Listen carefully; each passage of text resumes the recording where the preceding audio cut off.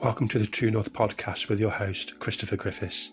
Today's guest is Lisa Carter, former publisher and managing editor at Intent Media, New Bay Media, and the first female editor of MVC's trading magazine.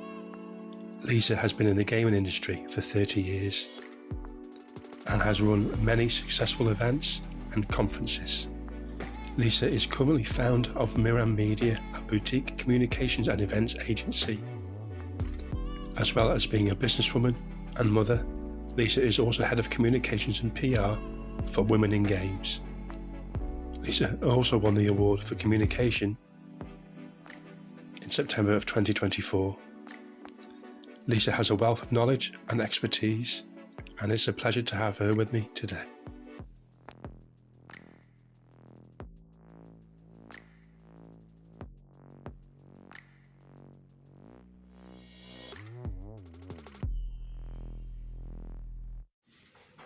Hi Lisa, thank you for seeing me today. My first question is, I would love to hear about your background and how you got into your career today. Could you tell me more about that, please? Yeah, lovely. Well, hello. So my name's Lisa Carter. My career started when I was 18. I left school after doing A-levels. I always wanted to be a journalist, and I was fortunate enough to start out as a trainee journalist on some photography magazines, so trade magazines. So they're business-to-business magazines rather than stuff you buy in the shop. And I stayed there for a year, learned loads. I had a really brilliant colleague. She wasn't my editor, but she was a colleague who was actually ex-tabloid journalist. And she also, in a previous life, she was the head of communications at British Leyland, so in many years ago. She taught me loads about being a journalist, but also about being an adult, how to order in a restaurant, how to order a bottle of wine, that sort of stuff. So I stayed there for a couple of years, and then I was headhunted by a rival magazine publishing company. I went to work there. They were photography magazines again, but one of them was actually newsstand, so it was a magazine called Professional Photographer, which you could buy on Direct Smiths or whatever. Stayed there for another couple of years, and then saw a job advert for to do something similar as a deputy editor on a magazine called CTW, which was Computer Trade Weekly, so obviously a weekly magazine, which was aimed at what we used to call the computer games market. So it was, in the old days, it would have been Amigas and ZX Sinclair and that sort of stuff. But I arrived when the video games industry was sort of emerging. So Mega Drive was big, NES was big, SNES. And I got there just as Sony was announcing PlayStation. So really exciting time. So obviously got involved I went to lots of press events. Sony was a really cool company, as they still are, but in the 90s, it was very cool. Stayed there for, 3 or 4 years maybe. And then my editor was given the opportunity for us to move on to launch another rival magazine, which was called MCV, which is sort of a weird. It was a German brand, so it was die Markt für Computer und Video Spielen. So we called it the market for computer and video games.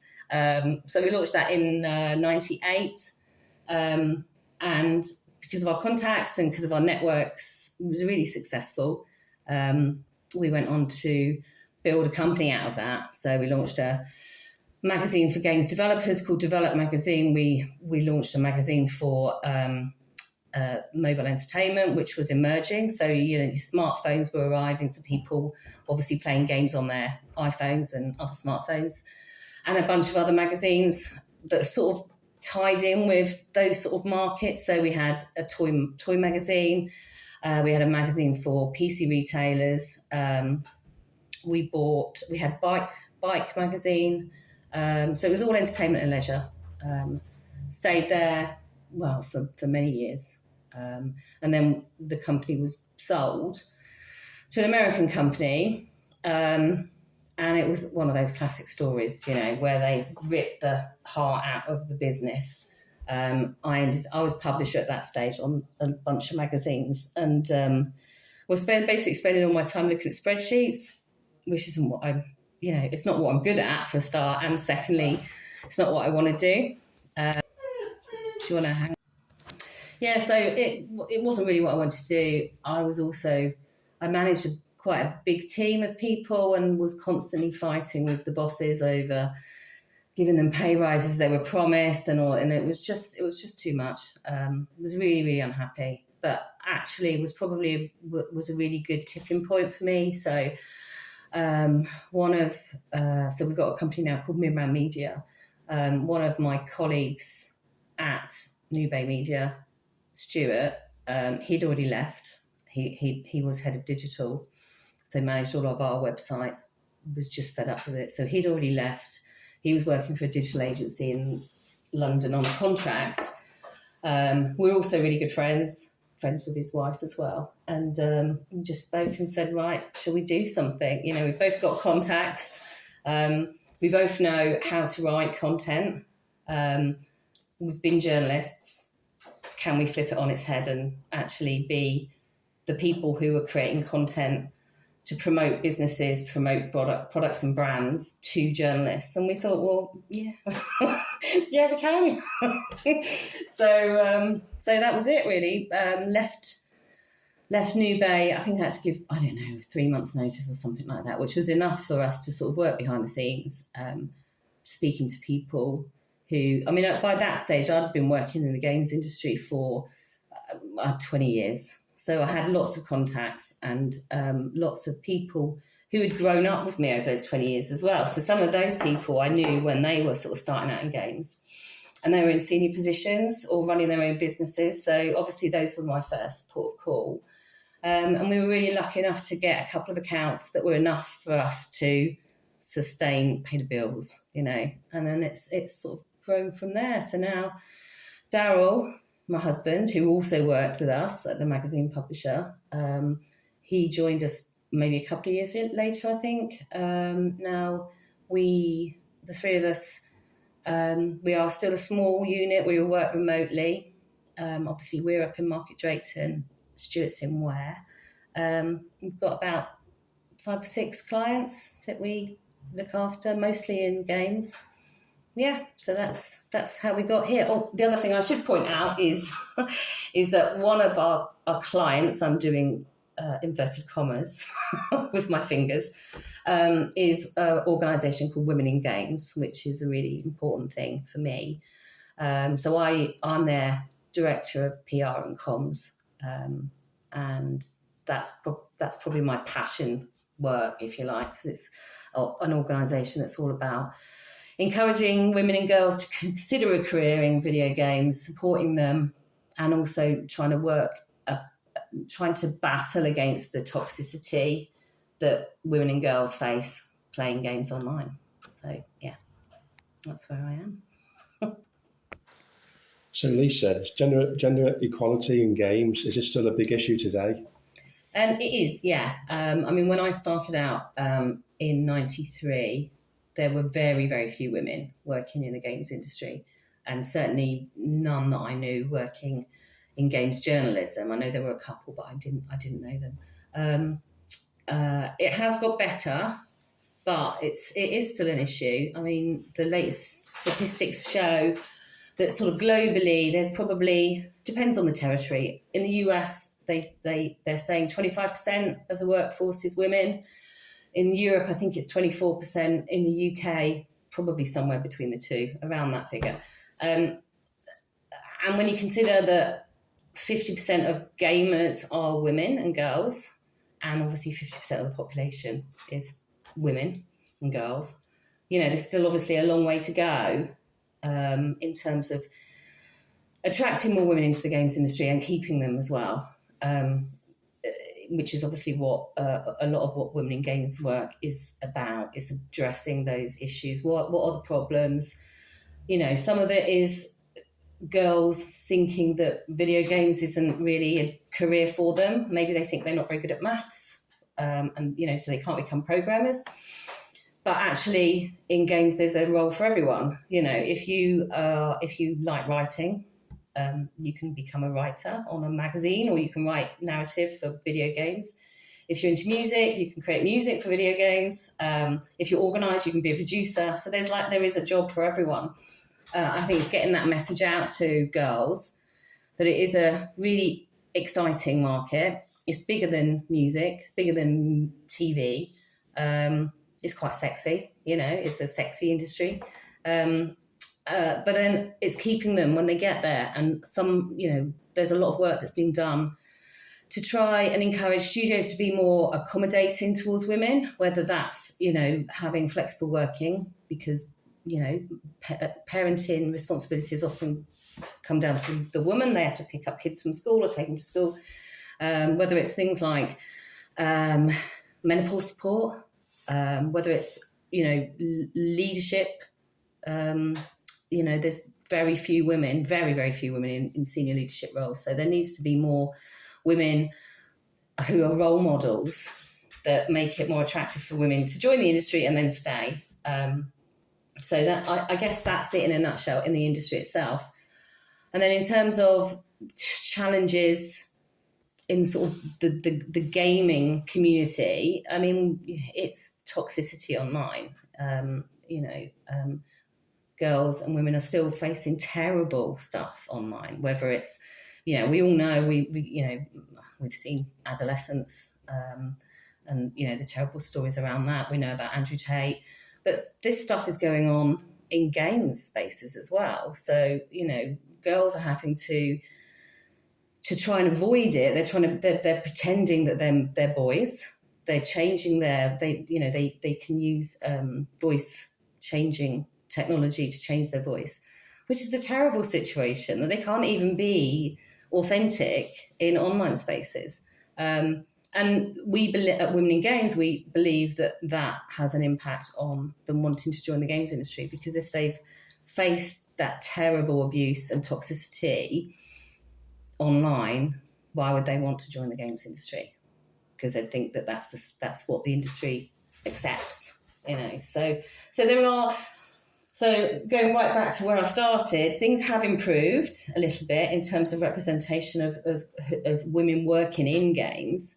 But because of technology, the growth of online gaming, it's gone backwards in some ways as well. Could you tell me more, Lisa, about your experiences with gender equality and how did this affect you? Mm-hmm. Yeah, absolutely. So, like I said, I was 23 when I joined the games industry. Very, very male-dominated environment. My office was great. My editor was very supportive of women, whether it was me or anyone else working in the office. And in fact, when we as an aside, when we went off to set up the sort of rival company, it was him and me and another woman. So we outnumbered the men. But in the games industry in general, it was a old boys club. A lot of older guys who at best talked down to me and talked to my boss, or thought that I was helping out rather than actually doing the job. There were incidents of people being inappropriate, either in person or emails, or and I guess in those days, which is why I'm so passionate about Women in Games, there was no one for me to go to. There was no organisation like Women in Games for me to talk to or feel like I had a support network. Obviously I'm fine. I managed to deal with it. I'm quite a strong person. I didn't take any shit from them. But yeah, it was very much a boys' club, and yeah. So Lisa, you spoke about the organisation that you helped create, Women in Games. Could you speak more about that? Yeah, of course. I should point out I didn't create the organisation. It was actually founded, I think it was in 2009, I think. So it has been going for a while. It was originally set up as a sort of grassroots organisation, mainly run by volunteers. And it sort of took a bit of a turn in 2016 when an amazing woman called Marie-Claire Iserman, she became the CEO. Her background was as a programme director at Norwich University of the Arts. So her background is academia. But obviously was always worked in the games industry, has connections in the games industry because of her work at the university. And she basically took hold of the organisation and changed it. So she introduced an ambassador programme. So you can become an individual ambassador. It's free to do it, and it's women and men. I think men make up about 15% of those ambassadors, and they sort of take Women in Games work forward, evangelise about it, make sure that people are aware that the organisation exists and what support is available. So we've now got, I think it's like 2,500 ambassadors in 79 countries around the world. She introduced corporate ambassadors, which is game studios who do pay.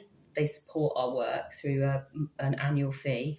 And education ambassadors who are universities and other sort of educational institutions around the world as well. So I joined in 2021, I think it was, and obviously that was in the middle of COVID, which meant that the organisation had to massively pivot, like many organisations and companies, and so events had to go online, which was actually a great thing because it meant that the organisation became international rather than having events in London. So we have events. We have a couple of events a year. One which is sort of careers based. So we talk about career development, personal development, things like how to tackle imposter syndrome, how to tackle toxicity in the workplace, and also we have game studios there who have like virtual expos, and they talk about careers available within their studios. So we had one earlier this month. I think we had nearly 800 people attend from around the world. So that's a really popular one. And then we have an annual conference, which is in October on Day of the Girl. And that talks about more general themes about challenges and opportunities. So yeah, that's sort of Women in Games in a nutshell. We produce guides for games companies on, how to support women and best practice, that sort of thing. We have a manifesto. We've got a chapters program. So we've already got a Women in Games Asia chapter. We've got a Women in Games Italia associate, obviously in Italy, and we're about to launch in India, Africa, and Sweden at the moment. So so there's lots going on there, but it's a struggle at the moment because the games industry is having a bit of a downturn at the moment. It's a bit of a post-COVID reset. So during COVID, like Netflix and Amazon, everything where everyone was staying in, playing games and watching Netflix, and studios expanded really quickly to be able to accommodate that demand for games, and that's reset a little bit now. So lots of studios are reducing their overheads, meaning redundancies, cutting budgets, which is impacting the support they give us. So it's really difficult for us. So we've just launched a donations campaign to try and, encourage people to donate £5, because if we get enough people donating £5, then hopefully that will help sustain our work. And obviously the other challenge we're facing is, some of the rhetoric that's coming out of the US, with, anti-EDI and anti-woke, and we're already seeing, I think, Amazon, Google, Walmart, they've all cut their EDI programs because of things that President Trump and Elon Musk are saying. So that we're in it's a really challenging time at the moment, to be honest. But we will continue to fight because it's an important organisation.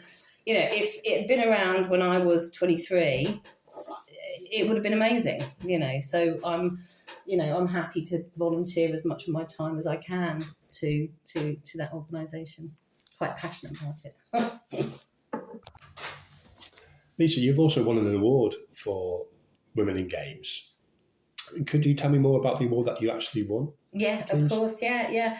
So, yes, it's not aligned with Women in Games, uppercase W, uppercase G. It's a magazine called MCV, which I obviously helped launch back in 98. So we launched Women in Games Awards, I think in the sort of mid-noughties, because we recognised that there was probably a need to acknowledge and celebrate the women working in video games. We also subsequently launched, women in toys and women in bikes, or the bike industry. So that's sort of the background of those awards. And yes, so they still run them every year. I'm not involved in organising them. And last year, Women in Games CEO Marie Claire made me enter because I'm not front of house. I don't like putting my face forward. I don't really do interviews like this. But she said it would be really good for the profile of the Women in Games organisation. So I wrote my nomination entry with my toes curled because I hated every moment of writing about my achievements or whatever, or just writing about myself, and entered the category, which was for, I think it was communications. Communications. Which obviously covers PR and communications. And I was listed as a finalist, one of 5 people. So I was like, wow, that's amazing, but I'm not going to win this because, I'm up, not little old me who has got this tiny company who, we're small fry compared to those big agencies, London-based agencies. So I hadn't written a speech. Went along on the day, hadn't written a speech. Everyone kept saying, "Are you nervous?" I was like, "No, because I'm not going to win." I sat at the back, and I think the award was maybe the 7th or 8th category to be announced. And everyone had given all these long speeches, and I was thinking, I really, really hope I haven't won because I've got nothing prepared. And my name was called out, so I was like, shit. So thankfully I was at the back because on the way down the front, I could as I was shaking people's hands on the way down, I thought about at least 3 sentences to say. But yeah, I was very, very surprised. Not faux surprised. I was absolutely surprised, but obviously really delighted about it. It was just really, it was just wonderful. Sounds it. You touched on before, Lisa, about imposter syndrome. Mm-hmm. Could you speak to me more about your experiences with it? Yeah, absolutely. I've suffered from imposter syndrome on and off. Probably more on than off throughout my career. I think I've always worried that I was going to get found out, which is a really, really weird thing, because I've worked in media now for 30 years. I know what I'm doing, but I don't think it's just women who suffer from it. I think men do as well. I think probably women do suffer from it more.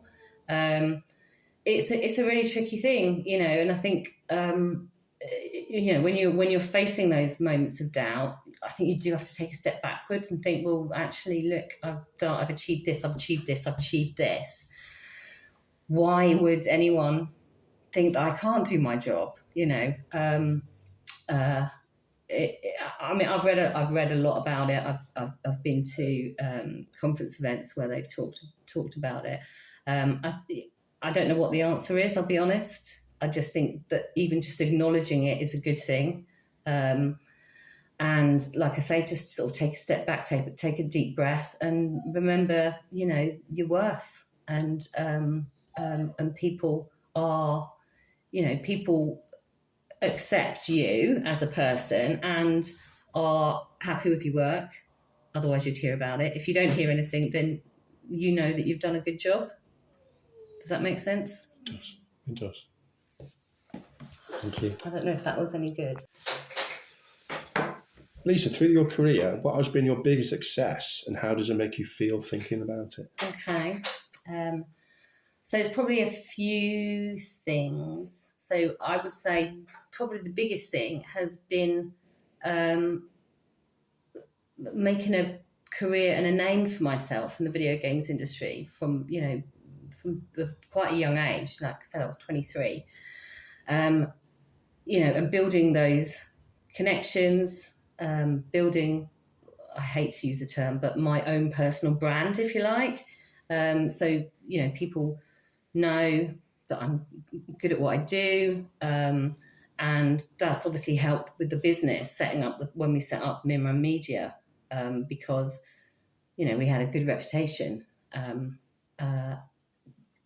Not just a reputation in achieving good work and achieving good results, but I also think in being a good person. That I think there's a lot of people who are not good people, actually, to put it bluntly, who are very cutthroat in business. They'll ask you for favours. They won't do you a favour. Certainly myself, always hopefully I've been there for people to help them in their career, help them in their work, and not always attach a bill to it, because that's what you do if you're a good person. So I think that's probably my biggest takeaway from my career is building that brand. Like I said, I hate to use that term, but I don't know what other way to put it. And then secondary to that, but because of that, is building Mimra Media into being a success. And we're not a big London agency. We don't employ loads of people. There are just 3 of us, but we have the opportunity to have a flexible working life, which is really important for all of us. We're all parents. It means that I have time when I'm not too busy with work to do the things I like doing. And we all live relatively comfortably as well. So those probably are the 2 big things. Working with women in games is a massive passion for me, so I really enjoy that. And then probably the other, a big thing outside of my career is obviously meeting, marrying Daryl and having my son, who is hugely, as you'd expect, important to me. I would say those are the things. Well, thank you so much for your time today, Lisa. We really appreciate it. This is True North Podcasting, and I'd just like to say a huge thank you to Lisa Carter for taking her time today to speak to me. If you like this podcast, please like and share, as I want to promote Lisa's story.